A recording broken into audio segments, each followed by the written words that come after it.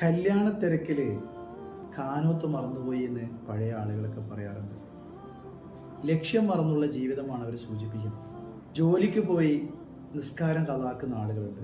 യഥാർത്ഥത്തിൽ ഈ ജോലിയും നമ്മുടെ എല്ലാ കാര്യങ്ങളും നിസ്കാരത്തിന് വേണ്ടിയും ഇബാദത്തിന് വേണ്ടിയും തന്നെയല്ലേ? സൂറത്തു ദാരിയാത്തിലെ 56-ാമത്തെ ആയത്തിൽ വിശുദ്ധ ഖുർആൻ നമ്മെ പഠിപ്പിക്കുന്നത് വമാ ഖലഖതുൽ ജിന്ന വൽ ഇൻസ ഇല്ലാ ലിയഅ്ബുദൂൻ.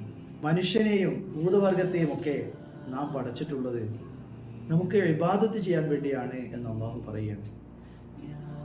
ഇബാദത്തിലൂടെ മനുഷ്യന് ആഖിറത്തിലെ വിജയം ലഭിക്കുന്നു. യഥാർത്ഥത്തിൽ അത് മനുഷ്യന് തന്നെയാണ് അതിന്റെ നേട്ടമുള്ളത്. അള്ളാഹുവിന് അതിൽ യാതൊന്നും ലഭിക്കാനില്ല. ഈ ആയത്തിന്റെ വ്യാഖ്യാനത്തിൽ ഇമാം റാസി റളിയല്ലാഹു അൻഹു ഖുദ്സിയ ഒരു ഹദീസ് നബി സല്ലല്ലാഹു അലൈഹി വസല്ലം ഉദ്ധരിക്കുന്നുണ്ട്. കുന്തു കൻസൻ മഖ്ഫിയൻ ഫഅറത്തു അൻ ഉറഫ ഫഖലഖ്തുൽ ഖൽഖ. ഞാൻ മറഞ്ഞു കിടക്കുന്ന ഒരു നിധിയായിരുന്നു.